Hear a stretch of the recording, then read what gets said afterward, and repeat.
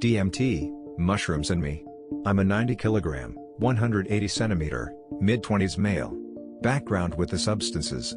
I am very familiar with psilocybin mushrooms, large doses even more so than light ones. I am however naturally tolerant to psychedelics, likely as a result of me being in the process of a slower safer tapering off of clonazepam approach. However, I am tapering properly and as such I have no off-baseline effects from benzos, but it probably does contribute to an increased tolerance to psychedelics. DMT is somewhat of a treat. Before last week I had only smoked DMT freebase properly once, and it didn't belong to me, so there was a limit to how far I could really go using just a glass cannabis pipe. Changa is totally new to me, and early last week I was presented with some stellar quality 1-to-1 changa, and given a full gram to explore the realm with leisure. I sampled it in ranges from 35-ish to 120-ish mgs on 2 occasions before last night, and definitely had fun, but nothing quite comparable to some of the so-called DMT breakthroughs I have heard and read about. Instead I would have described the effects as similar to peak intensity immediate onset psilocybin, basically smokable psilocybin with a twist. Fast forward to last night. When getting my DMT I also purchased 5 grams of potent Cubensis mushrooms. My source and I were having a chat and relaxing, and our conversation drifted towards our preferred way of taking mushrooms. Mine was the lemon tech, and his was to make little chocolates. This led to us agreeing that the surface area plays a huge role. He grinds them up with a coffee grinder, and since I planned to have the mushrooms that evening I asked him to put my 5 grams in a coffee grinder, expecting to get a weed grinder-like consistency and instead ending up with a small jar of dust-like powder. I put off the trip as my mindset didn't feel right for the following 3 evenings. I often do this, purchase mushrooms just to have them on hand for the right mindset. Last night I was on/off about whether or not I would trip. My stomach was feeling bloated constantly. I had all of this stress and tension that I couldn't let go of, and it made me have a bit of a reserved feeling about tripping. I usually trip with a happy mindset, and I don't get bad trips probably because of my taking care in this regard. However, I started asking myself if maybe my use as of late had become more recreational than spiritual, and I concluded that the answer was in fact a yes. I could then see things differently, and I realized that maybe a difficult trip was just what I needed to freshen up my synapses and once again touch that feeling of oneness. Scaledium tortuosum, colloquially referred to as Bushman ecstasy, is native to South Africa where I am, and I had a vial of about 300 milligrams of water-soluble powdered extract. I normally don't enjoy the powdered extract, as I'm already scatterbrained enough as it is, and I find the effects to worsen concentration when taken nasally. For sober life, I prefer using a glycerin tincture sublingually. However, I had read good things about it in combination with natural psychedelics. I poured my vial of scaledium powder onto my bathroom shelf and insufflated about a quarter of it after taking the mushrooms.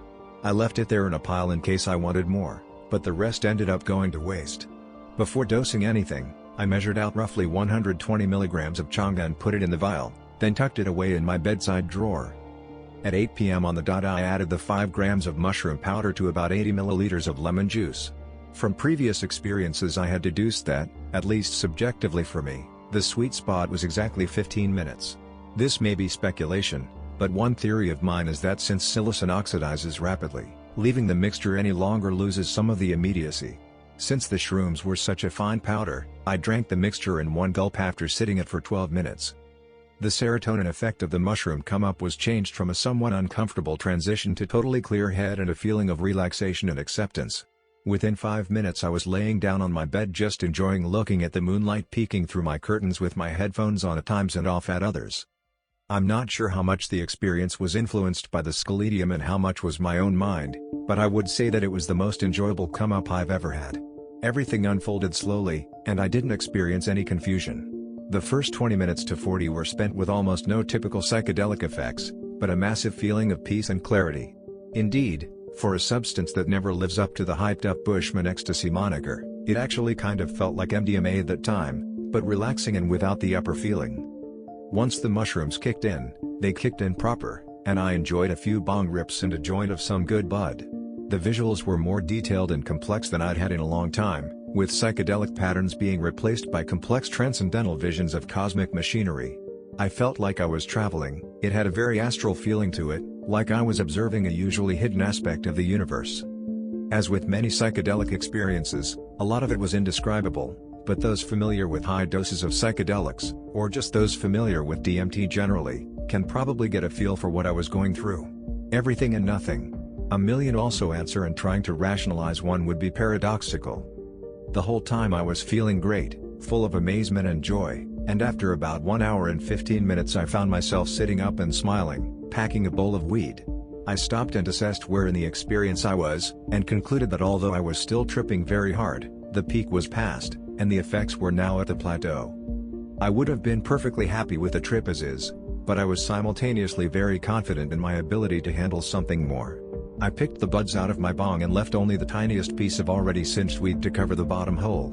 I lit the half-smoked joint I had and waited for a nice ball of ash to accumulate, which I tipped into the bong and flattened just a bit, making a little bed for the chunga. I struggled a bit to make sure it was all in there, but eventually I did without spilling. I wished in the moment that I had something other than tobacco or weed to cover it, thinking of the jar of sacred blue lotus petals I had somewhere, but I was glued to the bed and decided to just hit it with the lighter very far away. I pulled and pulled, doing a very good job of vaping the chunga. I knew I was because fresh and vivid visuals were appearing before any burnt taste, but sadly I only had so much lung capacity, and halfway through I figured it better to get a large hit than a weak yet efficient one, so I pulled harder and got all of it going, running out of breath just as it finished. I felt like I was being pulled in every direction by unknown forces, and I had to actually place my hand flat on the ground to make sure it was the ground before putting down the bong. I was just there for long enough to make sure I didn't make a loud noise and break my it, which would have sucked by itself but also might have caused someone to check on me. I live with family who are okay with this, but I hadn't told them I was tripping because they tend to worry that I do it too much alone. They don't really understand that I use these more spiritually and healing than recreationally. Luckily I put it down, sat up and lay back like a champ. I held my breath as long as possible, lifting my diaphragm to suck even more air in, eventually letting out the hit little by little. At first I was still where I had been, which was a dark and colorful room, but it changed in front of my eyes rapidly, expanding in size and the proportions of everything changing.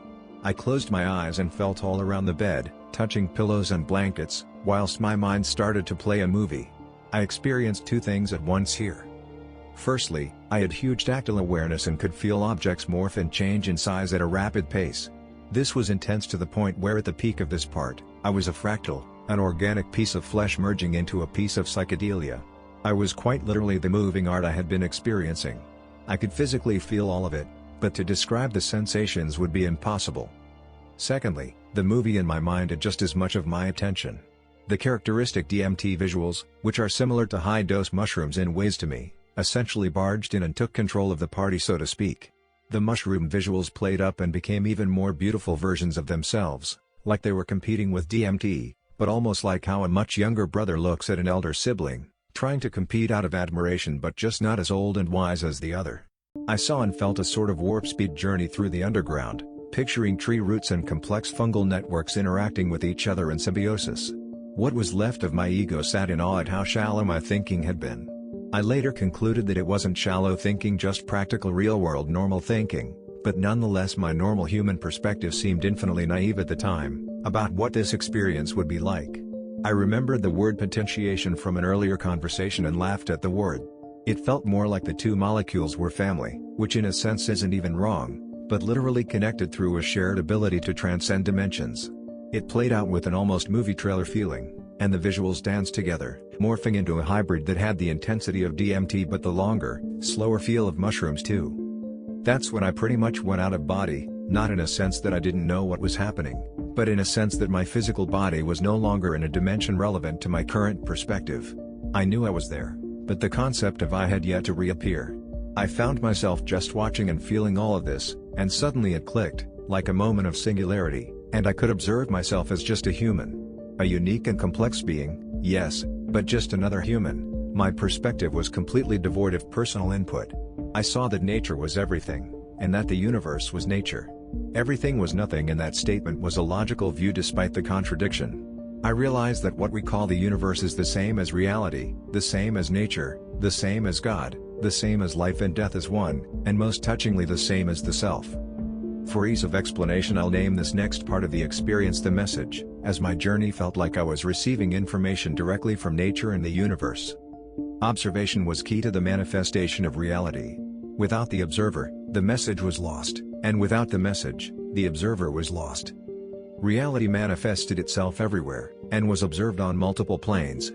Desert planets were observed in one way or another, be it through life forms that exist as part of the collective consciousness on physical or transcendental planes, whilst life on Earth observed itself. This singularity feeling culminated in me feeling that at that point, I was the universe itself expressed as a single point that transcended the concepts of time and space, and the universe itself at that time had decided, whether through some interdimensional conscious process or a bending of its own flexible states of being. The universe was all-powerful in its ability to express itself in any way it chose, and it chose to express itself in every way, all the time, simultaneously and sequentially. I was the universe. And the universe at that point, read the above for what I mean by point, was an observer being shown an expression of pure beauty. As this all happened and eventually died down in intensity, I was back to tripping on mushrooms in a more grounded way, but DMT had hijacked the flavor of the trip, and instead of fading the effects started a second wave. This time the trip was back to a rising peak for what felt like a short yet amazing period, then it came down again slowly, and I feel like the timeline was as such. Come up, totally relaxed. Rising mushroom peak, intense experience. Short plateau. Obliterated in 5 ways at once from the hit. Start of a new rise, made me hazard a guess that ayahuasca might be similarish, but I wouldn't know. Intense peak of the experience much like another shroom peak. New plateau with DMT feeling predominant. That about covers it. Nothing special happened then other than a huge amount of beauty and fun. I had trippy thoughts, and as I became more lucid I started to write some of this. It was a lot more visual at the end than a normal afterglow, and I spent 2 or 3 hours writing, thinking, reading, and all of my stress and bloatedness, the physical tension in my body was leaving. I once again connected strongly with the sense of universal oneness and eternity that my first recent trips had felt like, the only difference being that many of my thoughts felt far less personal and earthly than I would have on just mushrooms.